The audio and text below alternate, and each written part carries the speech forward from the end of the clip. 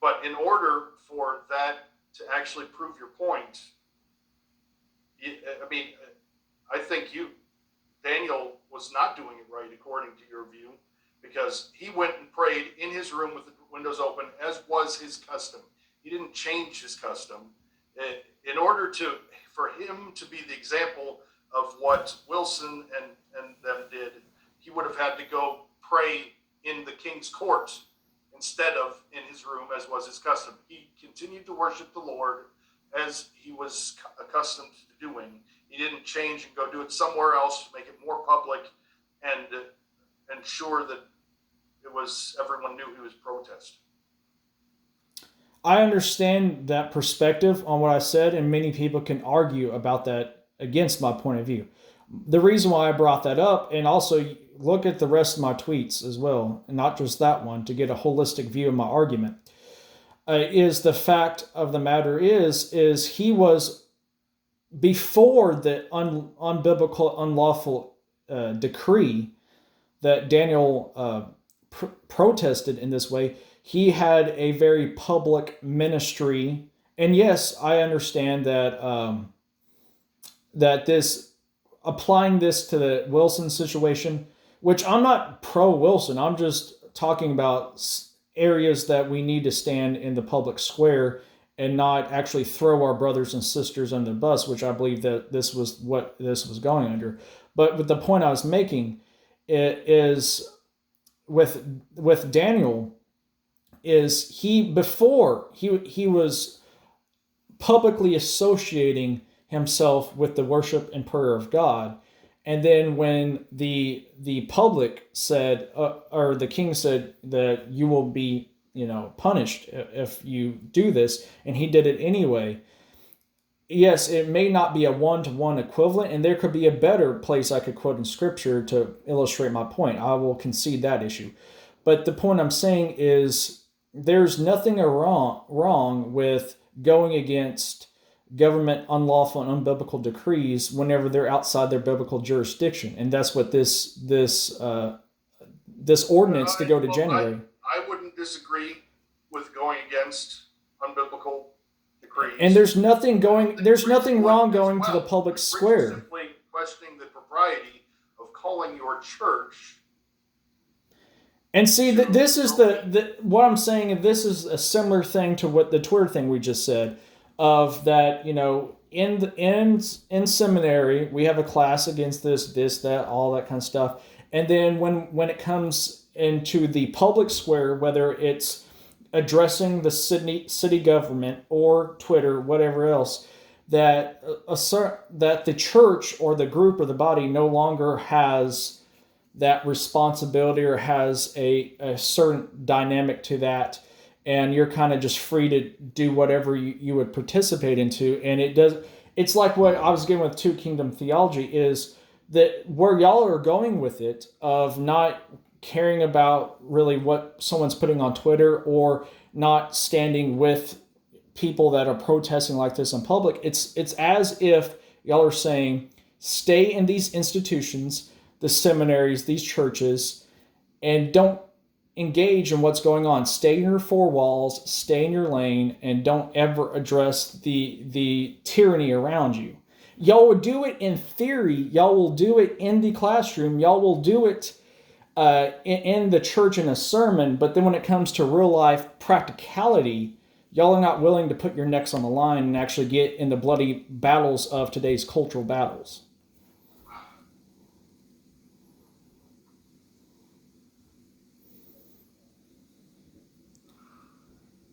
And also, that's what I was bringing up with the fact that Louisville's burning the ground and there's like, that's what I'm saying. All of this is interconnected. What is CB? You have to explain this to me, because I do not understand. The CBTS staff, the four of us, are in the same state as riots in Louisville. We're 2.5 hours away in a different time zone with mountains in between us, but we're in the same state, and therefore we have some moral obligation to make a public statement that what is obviously wrong is wrong. Well, then if it's obvious, then why do you feel like it has to be a burden of obligation? It could be just like this. Speak it right out of your mouth. It could be that fast. You know, like it takes 5 seconds to make a Twitter post. But the point, why is that our obligation? but what I'm saying is the hypocrisy. Are we somehow complicit in the riots if we don't say The that they're I'm pointing out the hypocrisy of not making a statement at the now it's entity. hypocrisy? Listen to what I'm saying. At the entity level, and then you have DeVito. There's another tweet I can pull up by DeVito that talks about quote unquote racial injustice by the Gospel Coalition. So you have to understand that's hypocrisy to say that we have zero obligation at the entity level to speak out against this, while individuals in your entity are actually, when they speak out on Twitter, are actually on the other side. See, that's what I said, that duplicity, that hypocrisy, that there's inconsistencies across the whole level. I'm not saying that in the classroom, y'all are teaching CRTI. I'm not saying that. I'm saying that individuals associated with the seminary are not, other than signing a statement and teaching a class against it, are not publicly against it in any other way. Whenever many reasons why this country is burning to the ground is these Marxist ideas. And then, okay, let's just hold on. Tweeting that critical race theory is wrong. oh, y'all actually have done it. Y'all have done it in a way of platforming Neil Shinvey. But I'm just. And Neil Shinvey, CBTS's Twitter and all that have retweeted or liked Neil Shinvey's post, which Neil Shinvey is the SBC voice against critical race theory, but he's under J.D. Greer, and he has been compromised in this issue. You mentioned something about Neil Shinvey or something in here, and I asked Bryce about it, and he said he had liked some of his tweets, but has never seen that as this is a guy that we agree with everything he does or says. I don't think liking a tweet from somebody means that you agree with them on everything. It means. But the tweet, have you read the tweets that y'all have liked? Or Bryce, whoever is the person liking them. Give me an example of something he shouldn't have liked. Again, I'm going to have to pull up a Twitter feed and all that. If you can do it, I'm patient. Okay, so the point with all this is with Neil Shinvey, there's been many blog posts that he will have, which, again, if you've looked at these discernment bloggers and people with these YouTube channels, which many people in seminaries hate to even acknowledge that they exist, but John Harris, A.D. Robles, all them. Okay, we don't don't throw us in there just so we don't hate that they exist. I mean, I used to listen to J.D. Hall a lot, but right. They went off the rails. So well, and I listen to Pulpit and Pen as well, but like the point of all this, I bring this up, is they have exposed people like Shinvey and all that they will denounce critical theory while still trying to hold a middle position and say there's helpful things to learn about that.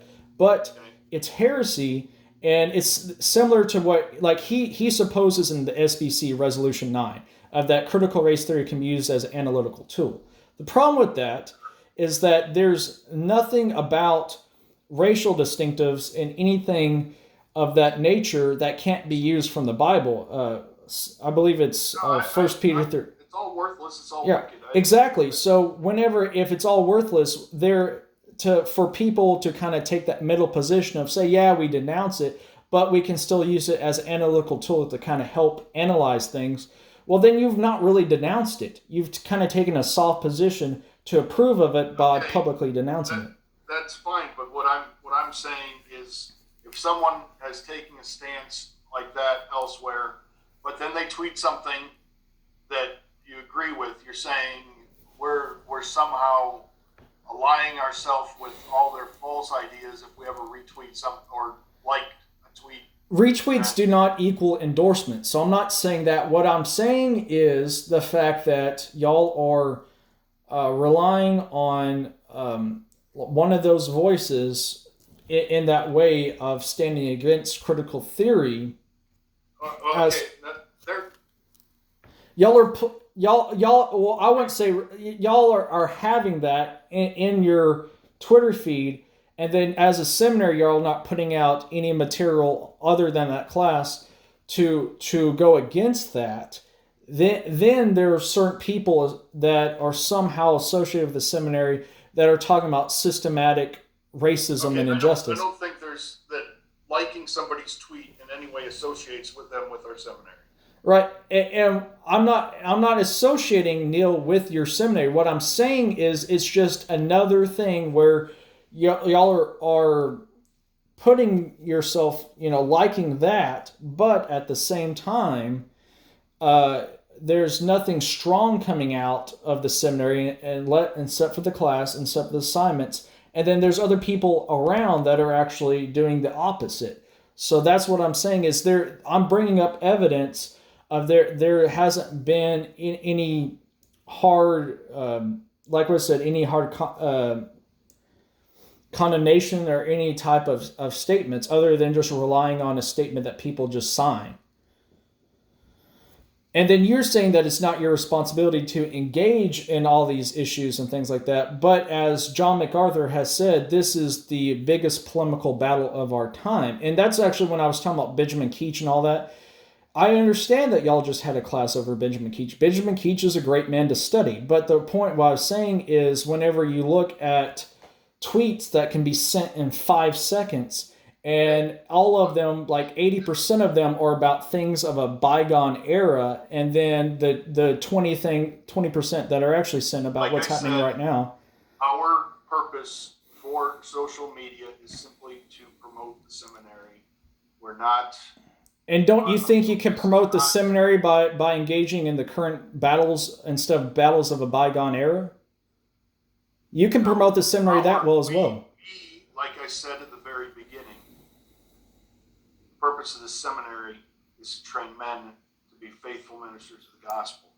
Right, and that's true. That happens by giving them a fully theologically sound, fully orbed theological education in every area of systematic, exegetical, practical, and historical theology. And I don't feel it is our obligation to try to influence the culture by tweeting about current social. But you feel like it's your job to influence the culture by tweeting about Benjamin Keach. No, we don't. I said we were promoting a class. We're promoting the seminary. And I'm not even just talking about Benjamin Keach. Promote the seminary in order to get more students into the seminary to train them properly. And what I'm saying, you can do that while talking about current events as well. What I'm saying, don't separate the two. It's not our obligation to talk about current events. It's.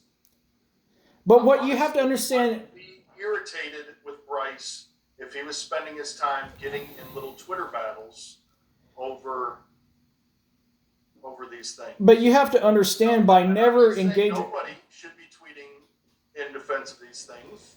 I'm all for. If you're all for it, then why don't put it in public? If you're all for it, that's why I'm saying that's the cowardice behind it.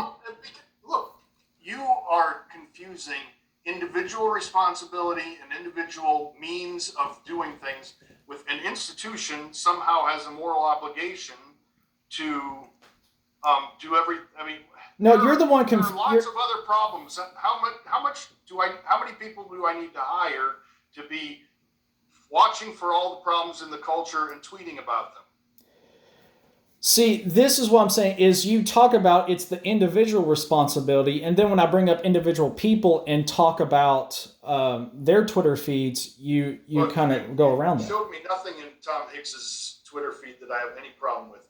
John DeVito, if he's retweeting Gospel Coalition stuff, I'm not happy with that. Other than that,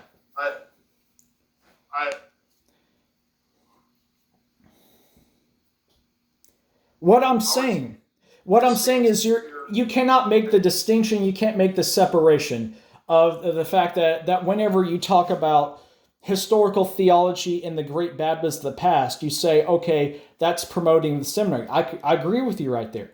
And then whenever I said it also takes 5 seconds to promote Baptist thought right now in the year 2020 over things going on, you say that's not our responsibility. And so that's what I'm saying is you're turning a blind eye to what's happening right now. We're tweeting things about Benjamin Keach because it's the class we're teaching. And I'm not. It's about preaching when our next module comes up, which is a preaching module. We'll be tweeting things about pastoral counseling right for our pastoral counseling module. We're promoting the seminary, we're promoting the classes that we're teaching, we're making people aware of who we are and what we believe, and we don't and what we believe on critical race theory is clear from our class on it. And professors can I've said that at Southwestern, they can teach one way and believe another way outside the classroom. It happens all the time. Can you give me an example of one of our professors who does that? Because I'd love to hear it. I just started, so I've only have started 2 classes. But what I do know is it's a plausible event that I've saw at a different seminary. And what I'm saying, that if y'all are not doing it, y'all on the track of doing it by having people on the board that they may not in board meetings or anything right now at the moment pushing CRTI, but if they are not rebuked in their own personal errant views of this, over time it will push the seminary left. You have to stop it at its tracks. And what I'm saying is specifically of trying to talk about things, and that's why I was bringing up things of a bygone era, is yes, have a class over Benjamin Keach and promote it. That is fantastic. That is great. And seminaries should be doing those things and getting students to come in to do that. But what I'm saying is the church is impotent and lost its voice whenever it can only talk about historical theology, but not practical theology of how we are to live in the here and now. Okay. We're not the church. We are a seminary whose purpose is to help the church. Right, you're a parachurch organization. But what help churches to train up men for the gospel ministry. Right, but you will not train them effectively if you divorce what's happening right now from a bygone era and just talk about the bygone era. That's what I'm saying. There's no application. We're not divorcing anything, and the idea that we're not all of our classes are geared toward application in the pastoral ministry and dealing with the sheep of Christ's flock.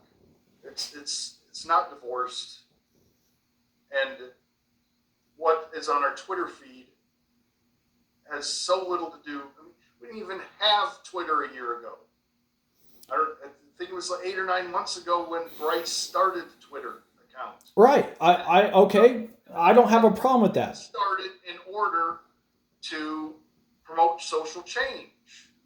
It's simply to promote the seminary because, and honestly, this is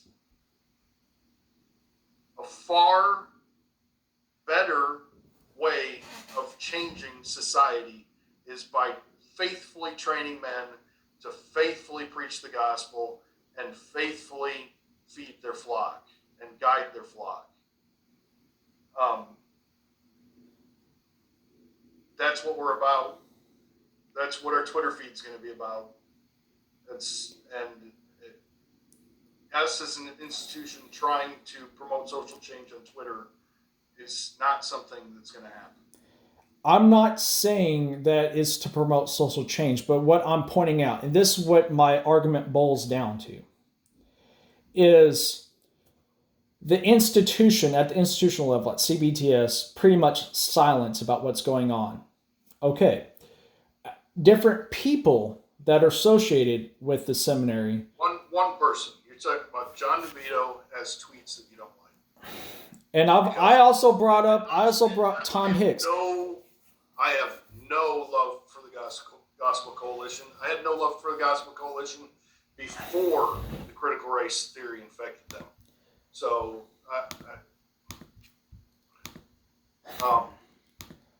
I can go on and find more. I've just started researching this a couple days ago. Jim Savasito had Savastio, his Twitter feed the same way. So that's what I'm saying. There's multiple people doing it. You give me enough. I have a job.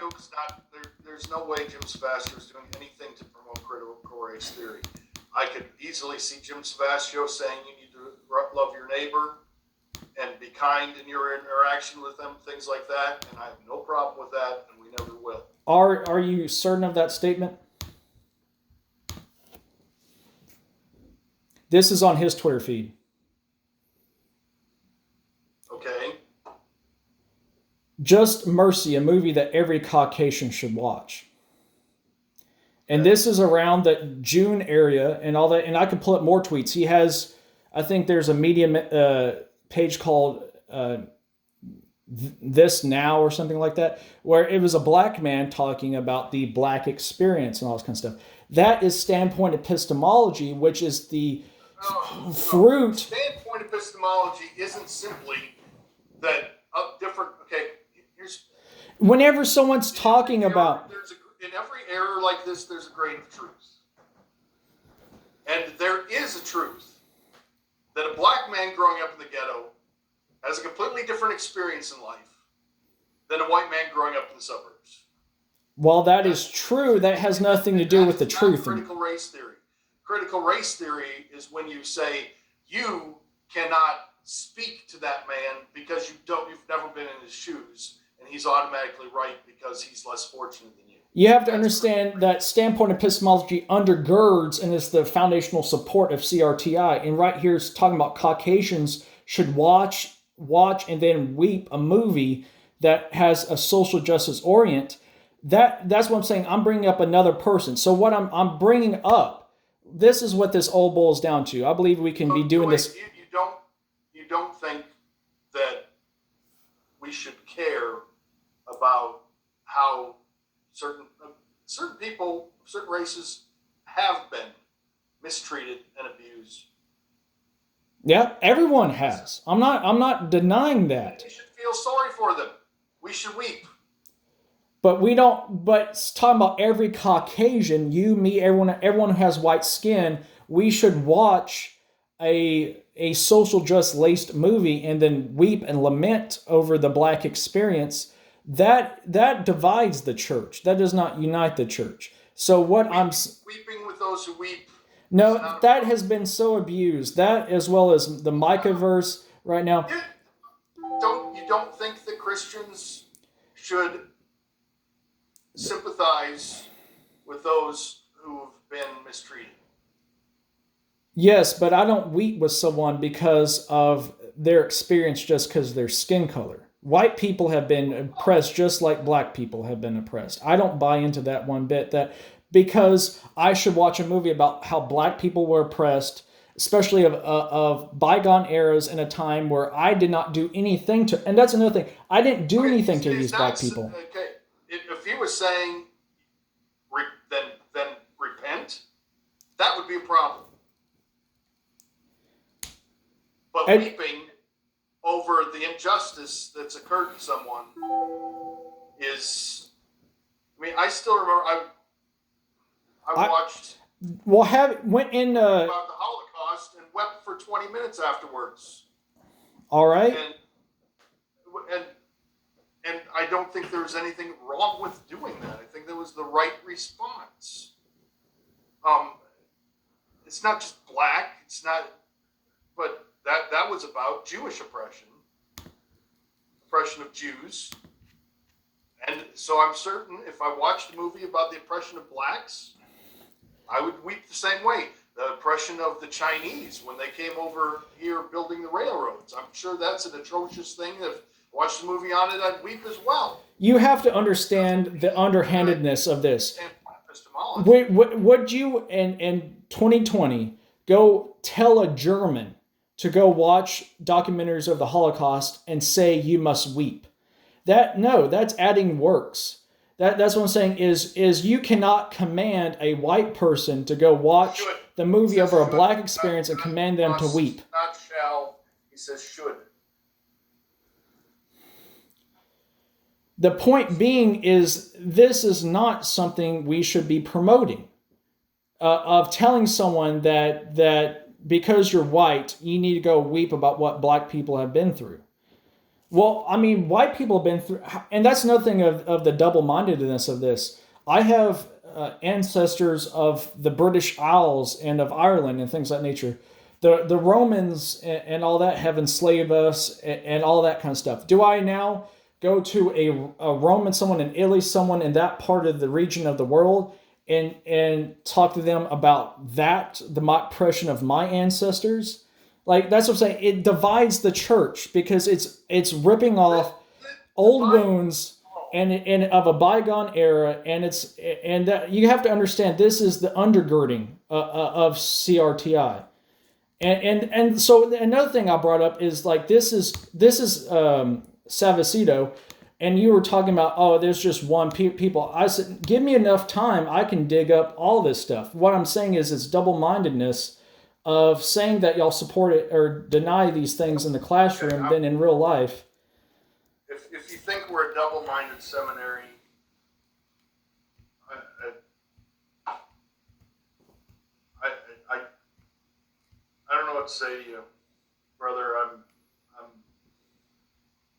I will not allow critical race theory, intersectionality, social justice to be taught in any class in this seminary as long as I'm alive. But saying that we're double-minded because some of our faculty or some of our board members don't address it the same way you do, and that's exactly what Al Mohler has said about this too, not addressing in the same way they do when they're pandering. Bradley Mason is pretty radical on this issue, saying some Christians incessantly blather on about police state when get all charitable and judgment free when they're killing brown people. That is an atrocious tweet. Like, it is. Yeah, and Jim Savicito retweeted it. So what I'm saying is you're not it.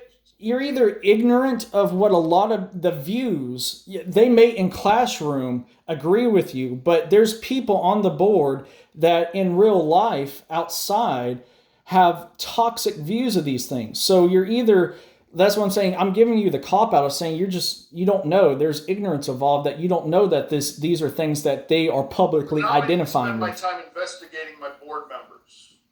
So that's what, because. So I'm saying I can bring up tweet, and I've been doing it in this conversation, tweet after tweet after tweet, and I've only been researching this for 2 or 3 days. There's a lot of this going on. Savastio retweeted this. Yeah. Christians, who's blathering about the police state? I don't even know what he's talking about there. Suddenly get all charitable and judgment free when they're killing brown. And Bradley Mason is a divider in the church that has been. I'm familiar with that name.